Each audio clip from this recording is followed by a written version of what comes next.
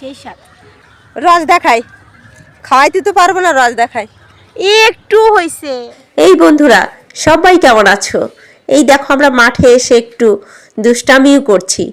কারণ কি জানো, আমাদের বাড়ির পাশেই হচ্ছে মাঠ।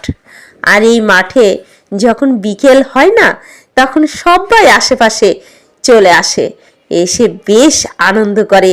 কেউ বা খেলা করে বাচ্চারা, কেউ বা ছাগল গরু চড়ায়, কেউ বা ইটের ভাটায় কাজ করে, বেশ দারুণ লাগে। তো এই কাকাটা হচ্ছে মোড়ল পাড়ার, উনার কিন্তু এই মটরের ক্ষেত, উনার পাশে ইটের ভাটাও কিন্তু উনার চাচাতো ভাইয়ের।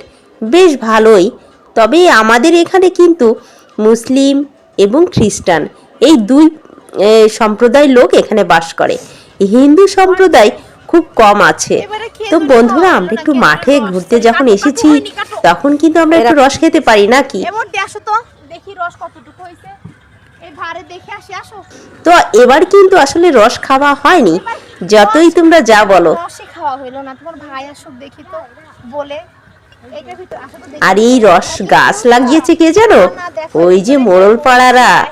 আর এই মোড়ল পাড়ার ভাইয়েরা কিন্তু যে রস লাগিয়েছে, এই রস কিন্তু মোটেই খাওয়া যাবে না। তারপর তো আমরা একটু টেস্ট করে দেখবই, কিন্তু ভালো না মনে হয়।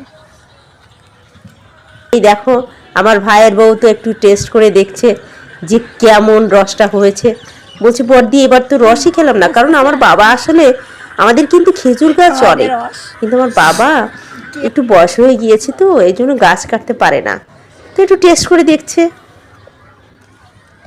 সেই স্বাদ, কিন্তু যে দেখবে সে আমার একেবারে দেবে না পোতানি। চলো চলো। রস আমাদের না, এটা হচ্ছে আমাদের আশেপাশের মানুষের, ঠিক আছে? আমরা যদি এই রস খাইতে যাই, তখন আমাদের একটা পিটানি লাগাই দেবে।